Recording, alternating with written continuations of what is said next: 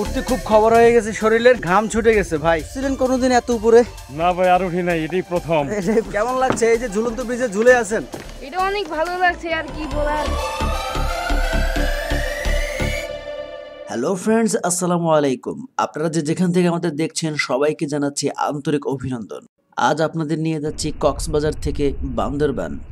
যাচ্ছি C crown হোটেলে, সেখানে আমার অফিসের সিনিয়র স্যার আসছেন, ওনার ওয়াইফ নিয়ে আসছেন, বাচ্চাদের নিয়ে আসছেন। একটু ওনাদেরকে ঘোরানোর চেষ্টা করব।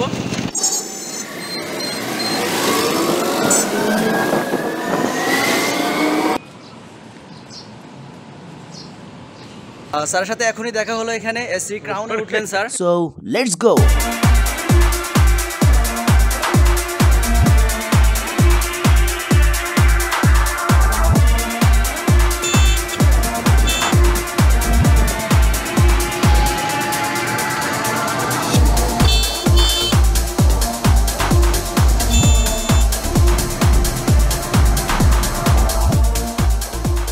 বান্দরবানের রাস্তার দুধারেই রয়েছে এমন রাবার বাগান। এই বাগানটি পার হতে আমাদের প্রায় 15-20 মিনিট সময় লাগে।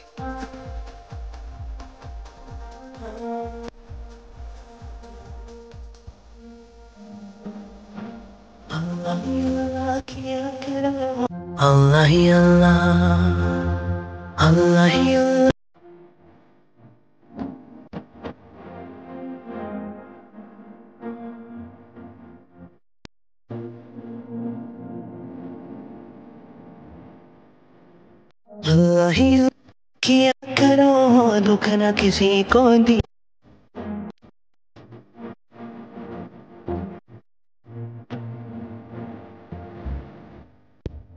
অবশেষে আমরা বান্দরবানের নাইক্ষ্যংছড়ি উপজেলায় এসে পৌঁছালাম। আমাদের টার্গেট ছিল নাইক্ষ্যংছড়ি লেক পাহাড় ভিজিট করা। আমাদের ভাড়া করা গাড়িটি পাহাড়ের উপর উঠতে পারছে না, তাই আমরা গাড়িটি নিচে রেখে সবাই হাঁটা শুরু করলাম। আমাকে তো অবস্থা এমনি উঠতে, গাড়ি উঠবো কেমনি? কি কো? গাড়ি উঠবে না, উঠবে না। ইন্না লিল্লাহ। এ পুরা সাজে বেলি তো। বাপ রে, এর সাজে উঠবো কেমনি? শীতে উড়ে যাবো। পাহাড়ের উপর, অনেক উপর মানুষজন বসবাস করছে, বাট এনারা প্রতিদিন কীভাবে এত উপরে ওঠানামা করে আসলে জানি না। আমার প্রথম উঠাই, জীবনের প্রথম এত উপরে উঠা। ওয়াও, ভালো লাগছে না? কত ফুট উপর হইতে পারে আনুমানিক? উঠছিলেন কোনোদিন এত উপরে? না ভাই, আর উঠি নাই, এটাই প্রথম। এটাই প্রথম। মানে প্রায় 200 মিটারের উপর হবে মনে হচ্ছে। আরো খুব সুন্দর। হ্যাঁ সুন্দর, ঠিক আছে, কিন্তু আরো উপরে উঠতে হবে। ওই যে দেখছেন, জি, আরো উপরে উঠতে হবে। আসেন উঠি ইনশাল্লাহ। বাবু, তোমার বাড়ি কোথায়? তোমার বাড়ি কোথায়? তুমি কথা বুঝো না? না, ও বুঝো না, যাই হোক, আমাদের কথা ওসব বুঝবে না। আল্লাহ, ওয়াও, এদিকে আবার হ্যাঁ খুব সুন্দর ছিল। ওরে নিবি?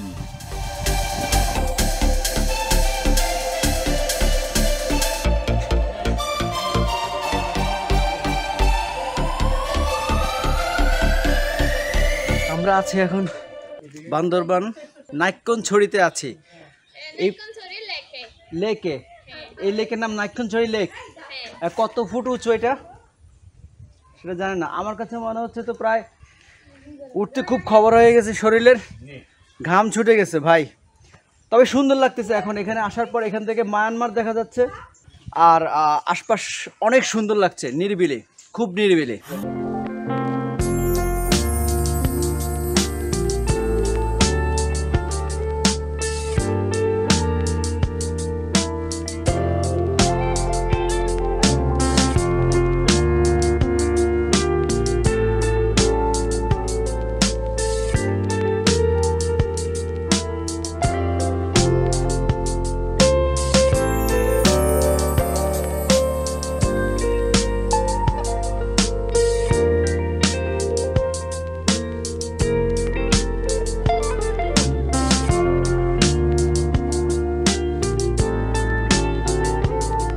সুন্দরবনের নাইক্ষ্যংছড়ির একটি আকর্ষণীয় পাহাড়, সেটি হচ্ছে লেক পাহাড়।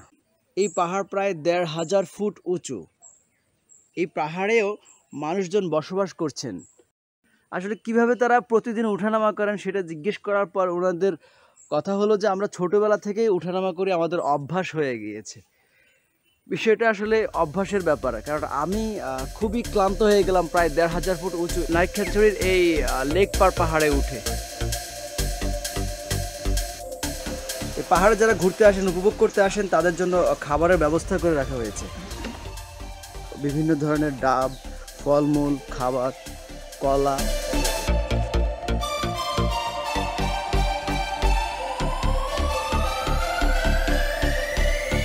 আদনান, আমরা পাহাড়ের এই যে সুস্বাদু একটা ফল পেঁপে, কেমন লাগছে তোমার?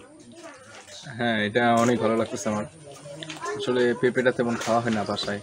আচ্ছা, আসলে এই পাহাড়ি এলাকায় এসে বিভিন্ন ধরনের স্বাদ নিতে হয়। Right. এখানে পাহাড়ি এলাকার খাবার দাবার কিরকম সেটা একটু দেখতেছিলাম, আমরা টেস্ট করছিলাম। টেস্ট করছিলাম। আহনাফ, তোমার কাছে কেমন লাগলো? আমার কাছে খুবই দারুণ লেগেছে। এখানে এসে পাহাড়ি এলাকা পেঁপে, কোনোদিন তো পাহাড়ি এলাকায় তেমন একটা পেঁপে খাইনি। পাহাড়ে আসছো কখনো? না, এখন তেমন একটা পাহাড়ে এত উঁচাই আসি নাই, আচ্ছা, আজকে প্রথম এসেছি। রাইট। খুব ভালো লাগছে, এই পেঁপেটাও খুব সুস্বাদু। এটা আপনারা যারা আসবেন এখানে অবশ্যই পেঁপে ট্রাই করবেন। রাইট।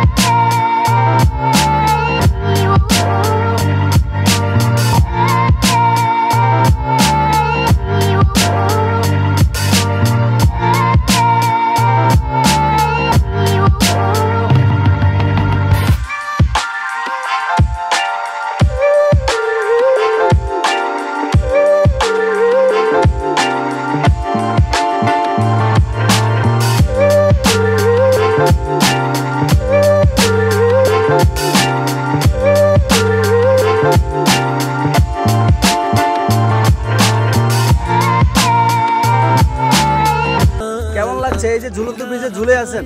এটা অনেক ভালো লাগছে আর কি বলার। ব্যতিক্রম ব্যতিক্রম আইডিয়া। একটা আইডিয়া, সত্যি ভালো লাগতেছে, খুব সুন্দর। জি, আপনারা সবাই আসবেন। এবং প্রকৃতিটা কেমন লাগতেছে? একদম Awesome. Awesome. আর আজকের ওয়েদারটাও আসলে একটু ডিফারেন্ট। হ্যাঁ, এই যে ঝুলন্ত ব্রিজটা, এই ব্রিজটা নাকি কয়েক বছর আগে করা হয়েছে, এখনো মানে অনেক সুন্দর, বাট একটু রিস্কি মনে হচ্ছে, ভয় লাগছে যে কখন যেন ছুটে পড়ে যায়, এটাই। ছিঁড়ে পড়ে যায়, কিন্তু যাবে না। যাবে না। ব্রিজটা শক্তিশালী। আমি আমার পরিবারকে নিয়ে এসেছি এবং সুন্দর সময় অতিবাহিত করছি।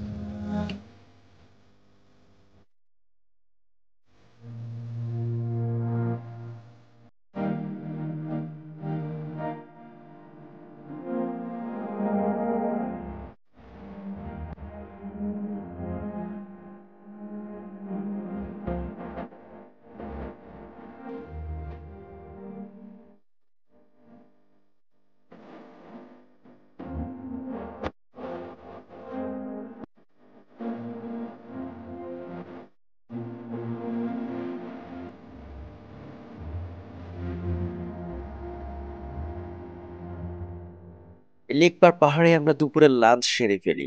আইটেম ছিল পাহাড়ি মুরগি এবং পাহাড়ি শাকসবজি।